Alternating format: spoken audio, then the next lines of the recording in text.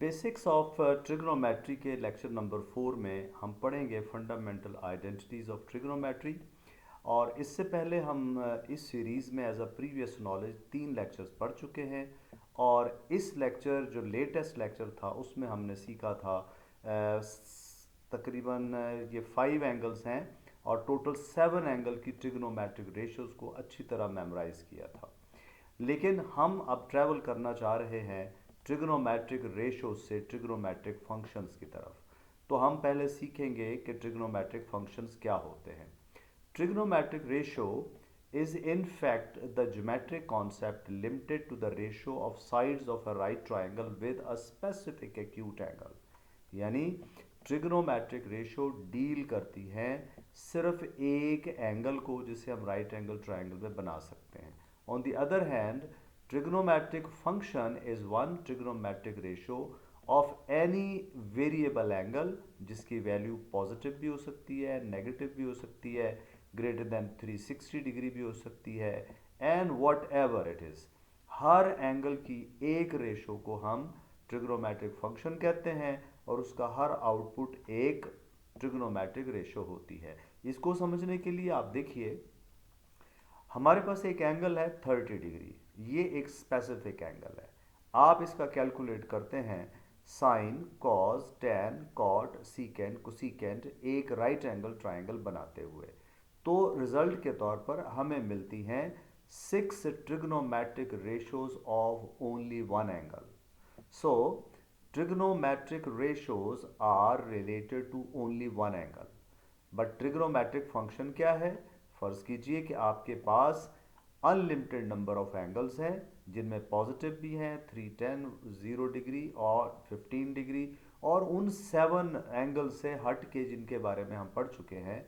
और हम in all angles को डिनोट करते हैं थीटा से, और इन सारे एंगल्स की सिर्फ एक रेशो बनाना चाहते हैं साइन। तो हम देखते हैं कि साइन वैल्यू इन तमाम एंगल्स की कैसे वेरी करती है। तो इस थीटा एंगल का रोल जो बन जाएगा दैट विल बी वेरिएबल। तो फिर रिजल्ट के तौर पर ये बनेगी एक रेशो तमाम पॉसिबल एंगल्स की। इस एक रेशो को क्या कहा जाता है? Sine function of general angle theta. इसे साइन थीटा पढ़ते हैं, it is a function. So clear हुआ कि ट्रिग्नोमेट्रिक रेशोज एक सिंगल एंगल के रिलेटेड होती हैं और ट्रिग्नोमेट्रिक फंक्शन एक रेशो होती है जिसमें एंगल्स वेरिएबल होते हैं। इसी तरह से आप साइन थीटा के साथ साथ cos theta, secant theta, cosecant theta, tan theta, cot theta 6 trigonometric functions define कर सकते हैं। अब हम आगे बढ़ते हैं। इन ट्रिग्नोमेट्रिक रेशो से जो 7 एंगल्स की हमने बनाई थी कुछ सीखते हैं और फिर हम फंडामेंटल आइडेंटिटीज़ की तरफ जाते हैं। ये कॉलम 1 में यही एंगल्स मैंने लिस्ट किए हैं और कॉलम 2 में और 3 में इन्हीं के साइन और कॉज वैल्यूज़ जो हमने यहाँ पे फिंगर टिप्स पे याद की थी वो लिखी हैं। आइए इन सारी वैल्यूज़ के स्केयर्स करते हैं। तो स्केयर्स करने से आपके पास ये नंबर्स चेंज हो जाएंगे, नेगेटिव पॉजिटिव हो जाएंगे, स्केयर रूट ख़त्म हो जाएंगे। इन सब को ऐड करते हैं तो आप देखते हैं कि 1 + 0 भी 1 होगा, 0 + 1 भी 1 होगा। 3/4 और 1/4 को ऐड करेंगे तो ये 4/4 1 हो जाएगा। इन सब के आंसर 1 हो जाएंगे। सो हमने देखा कि 7 एंगल्स की साइन और कॉज के स्क्वायर्स का सम 1 होता है। क्या ये बात इन 7 एंगल्स के अलावा दुनिया के हर एंगल के लिए, एवरी एंगल के लिए, क्या ये बात ठीक है? क्या हम क्लेम कर सकते हैं कि इन 7 एंगल्स के अलावा भी एवरी एंगल का साइन कैलकुलेट करें स्क्वायर लें, कॉज कैलकुलेट करें स्क्वायर लें, तो क्या इसका आंसर भी 1 आएगा? ये हम इन 7 एग्जाम्पल से देख के ये कह सकते हैं कि लग तो रहा है कि 1 होगा, लेकिन हम मानेंगे तब जब इसका बाकायदा प्रूफ किया जाएगा। आइए हम इसका प्रूफ करते हैं। ये जी है हमारे पास एक जनरल एंगल थीटा, 30 भी हो सकता है, 15 भी हो सकता है, 105 भी हो सकता है। इसकी 6 ट्रिग्नोमेट्रिक फंक्शंस हमने बना के रख लिए। साइन थीटा बन गया, कॉस थीटा बन गया, टैन थीटा बन गया। अब पैथागोरस थ्योरम को हम नहीं भूल सकते। पाइथागोरियन थ्योरम क्या होता है, A square plus B square is equal to C square. अगर हम इसे डिवाइड कर दें सी स्क्वायर से तो हमारे पास एक्सप्रेशन बनेगा ए बाई सी स्क्वायर जो कि साइन होता है, बी बाई सी स्क्वायर जो कि एक्चुअली कॉस थीटा का स्क्वायर बनेगा। तो हमारे पास एक इक्वेशन बन गई sine square theta plus cos square theta equal to 1। अगर हम इसी पाइथागोरियन थ्योरम की इक्वेशन को बी स्क्वायर से डिवाइड कर दें तो हमारे पास ए बाई बी स्क्वायर यानी कि टेन स्क्वायर थीटा बनेगा और सी बाई बी स्क्वायर यानी कि सीकेंड स्क्वायर थीटा बनेगा। तो हमारे पास एक और इक्वेशन और रिलेशन बन गया। अगर हम इसी को डिवाइड कर दें ए स्क्वायर से तो हमारे पास बनेगा 1 plus B by A is tan square theta, B by A is cot square theta and C by A is cosecant square theta. The final हमारे पास जो बन गई इक्वेशन ये है। तो ये पहली equation cos square sine square का 1 होना, second equation ten square plus 1 का सीकेंड स्क्वायर बनना और 1 प्लस कॉट स्क्वायर का कोसेकेंट स्क्वायर बनना, ये हमें प्रूव कर दिया इसने पाइथागोरियन थ्योरम ने। अब ये जो आपने इक्वेशंस देखी हैं ये थीटा की तमाम वैल्यू के लिए ठीक है, इसलिए हम इनको कहते हैं फंडामेंटल आइडेंटिटीज। आइडेंटिटीज ऐसी इक्वेशंस को कहते हैं जो अपने वेरिएबल की तमाम वैल्यूज के लिए ठीक होती हैं। आगे बढ़ते हैं जी। यही फंडामेंटल आइडेंटिटीज हैं, तीन हमने याद कर ली हैं अच्छी तरह से, लेकिन इन तीनों के मजीद दो दो ऑल्टरनेटिव्स हैं। इस sine square plus cos square theta का एक ऑल्टरनेटिव है कि मुझे जब भी ज़रूरत होगी sine square theta equal to मैं लिख लिया करूँगा 1 माइनस कॉस स्क्वायर थीटा। जब भी मुझे 1 माइनस साइन स्क्वायर थीटा को सिंप्लीफाई करना होगा उसकी जगह मैं लिख लिया करूँगा cos square theta. So first fundamental identity दो और वेज में यूज़ हो सकती है। इसी तरह से 1 plus tan square theta equal to secant square theta से अगर मुझे कभी टेंजेंट स्क्वायर थीटा की वैल्यू चाहिए हो तो मैं उसकी जगह secant square theta minus 1 replace कर दूंगा। या फिर कभी मुझे चाहिए हो नज़र आए सीकेंड square theta minus tan square theta तो मैं उसको अगेन 1 रिप्लेस कर लूँगा। या कभी मुझे कहीं 1 को एलिमिनेट करके ट्रिग्नोमेट्रिक फंक्शंस बनाने हो तो मैं उसकी जगह secant square theta minus tan square theta भी ला सकता हूँ। ये थर्ड आइडेंटिटी जो है कोसेकेंट स्क्वायर और कॉट स्क्वायर के रिलेशन की, उसको भी दो अल्टरनेटिव्स में यूज़ किया जा सकता है। तो ये कुल मिला के हमारे पास 9 रेशोज बन जाती हैं जिनमें से 3 फंडामेंटल है और बाकी उनसे डेरिवेशंस है। अब नेक्स्ट क्वेश्चन है कि ये आइडेंटिटीज हमारे किस काम की हैं, व्हाट वी डू। लेकिन उससे पहले एक चीज़ मत भूलिए कि ये ट्रिग्नोमेट्रिक आइडेंटिटीज़ जो है ये हमने पाइथागोरियन थ्योरम से बनाई थी, रूल से बनाई थी, इसलिए इन फंडामेंटल आइडेंटिटीज़ को पाइथागोरियन आइडेंटिटीज़ भी कहते हैं।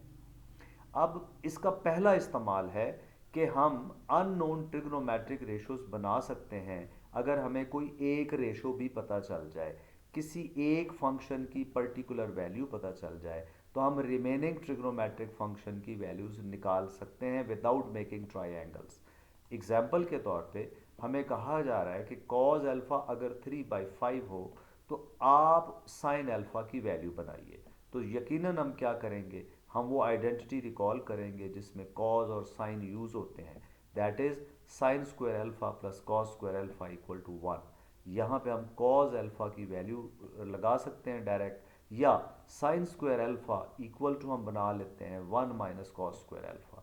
अब कॉज अल्फ़ा की वैल्यू प्लेस करते हैं, इसका स्क्वायर एक्सपैंड करें और एलसीएम लें तो ये साइन स्क्वायर अल्फ़ा आपके पास 16/25 आ जाता है। अब अगर हम स्क्वायर रूट अप्लाई करें बोथ साइड्स पे तो साइन अल्फ़ा की वैल्यू प्लस माइनस 4/5 आ जाती है। लीजिए हमारी सोल्यूशन ये बता रही है कि when ever cos alpha is 3/5 वहाँ से साइन अल्फ़ा की दो वैल्यूज़ बन सकती हैं, प्लस वाली भी और माइनस वाली भी। बट यही क्वेश्चन अगर इस तफसील के साथ आ जाए कि आपको कॉज अल्फ़ा 3/5 दिया गया है और अल्फ़ा फर्स्ट क्वाड्रेंट में है, अब आप साइन अल्फ़ा बनाइए। तो अब हम इसको भी फोकस करेंगे कि अल्फ़ा फर्स्ट क्वाड्रेंट में है तो क्या होता है। फर्स्ट क्वाड्रेंट में जैसा कि हम जानते हैं ऑल पॉजिटिव होते हैं, तो साइन अल्फ़ा की इन दो वैल्यूज़ को नहीं रख सकते। अब हमें इनमें से एक वैल्यू लेनी है, क्योंकि अल्फ़ा फर्स्ट क्वाड्रेंट में है तो साइन अल्फा की वैल्यू चूज हो जाएगी पॉजिटिव। तो अब इसका answer sine alpha equal to 4/5 है। और अगर ये बात ना बताई गई होती अल्फा के क्वाड्रेंट की तो फिर ये दोनों आंसर लिखने थे हमने। एक और देखते हैं एग्जाम्पल, छोटी सी एग्जाम्पल है। टेंजेंट थीटा इक्वल टू 3/4 है और theta is not in quadrant 1। हमें values of cos theta find out करनी है। तो कैसे फाइंड आउट करें? सबसे पहले हम फोकस करेंगे कि थीटा फर्स्ट क्वाड्रेंट में नहीं है। नहीं है फर्स्ट क्वाड्रेंट में तो फर्स्ट क्वाड्रेंट को क्रॉस कर दें।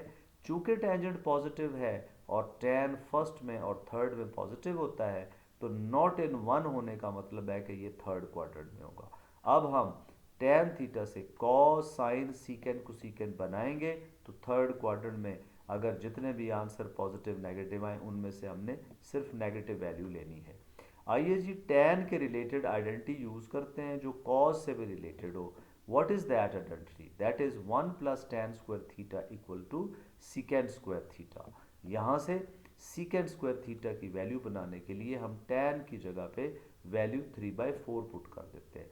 स्क्वायर एक्सपैंड करें तो ये 9/16, एलसीएम लें तो that will be 25/16। Square root apply करें तो हमारे पास सीकेंड थीटा की दो वैल्यूज उसी तरह से प्लस माइनस 5/4 बन गई। बट नाउ आपको पता है कि क्वाड्रेंट नंबर 3 है और क्वाड्रेंट 3 में सीकेंड थीटा की वैल्यू नेगेटिव होती है। So secant theta will be -5/4। But हमारा टारगेट था कॉस थीटा फाइंड आउट करना। कॉस थीटा का रिलेशन हम जानते हैं कि 1/सीकेंड थीटा होता है। ये दोनों एक दूसरे के रेसिप्रोकल है। सीकेंड थीटा की वैल्यू का रेसिप्रोकल करेंगे तो हमारे पास कॉस की वैल्यू आ जाएगी। तो देखिए, क्वाड्रेंट्स का नॉलेज हो, फंडामेंटल आइडेंटिटीज पता हो तो हम बहुत सारी अननोन क्वांटिटीज कैलकुलेट कर सकते हैं। अब सेकंड एडवांस इसकी जो इसका सेकंड एडवांटेज है या यूज़ है कि हम मज़ीद एडवांस ट्रिग्नोमेट्रिक आइडेंटिटीज बना सकते हैं इनकी मदद से। मिसाल के तौर पे हमें कहा जाता है कि जी 2 कॉस स्क्वायर थीटा -1 को आप प्रूव करें कि ये 1 - 2 साइन स्क्वायर थीटा होता है। तो हम शुरू करेंगे लेफ्ट हैंड साइड से। 2 कॉस स्क्वायर थीटा -1 से स्टार्ट किया। अब हमारी नज़र होनी चाहिए राइट साइड पे। राइट साइड पे अगर हम गौर करें तो कॉस स्क्वायर नहीं है तो हम रिकॉल करेंगे कॉस स्क्वायर थीटा का साइन स्क्वायर थीटा से रिलेशन कि वो ये होता है इनका सम इक्वल टू 1 होता है। यहाँ से कॉस स्क्वायर थीटा की value 1 minus sin square theta इसमें पुट कर देंगे। ब्रैकेट एक्सपैंड करें, लाइक टर्म्स कंबाइन करें और 2 - 1 1 होके आपके पास राइट हैंड साइड बन जाएगी। One more example. अब हमें कहा गया है कि 1 minus tan square theta over 1 plus tan square theta को equal to cos square theta minus sin square theta का इक्वल प्रूव करेंगे।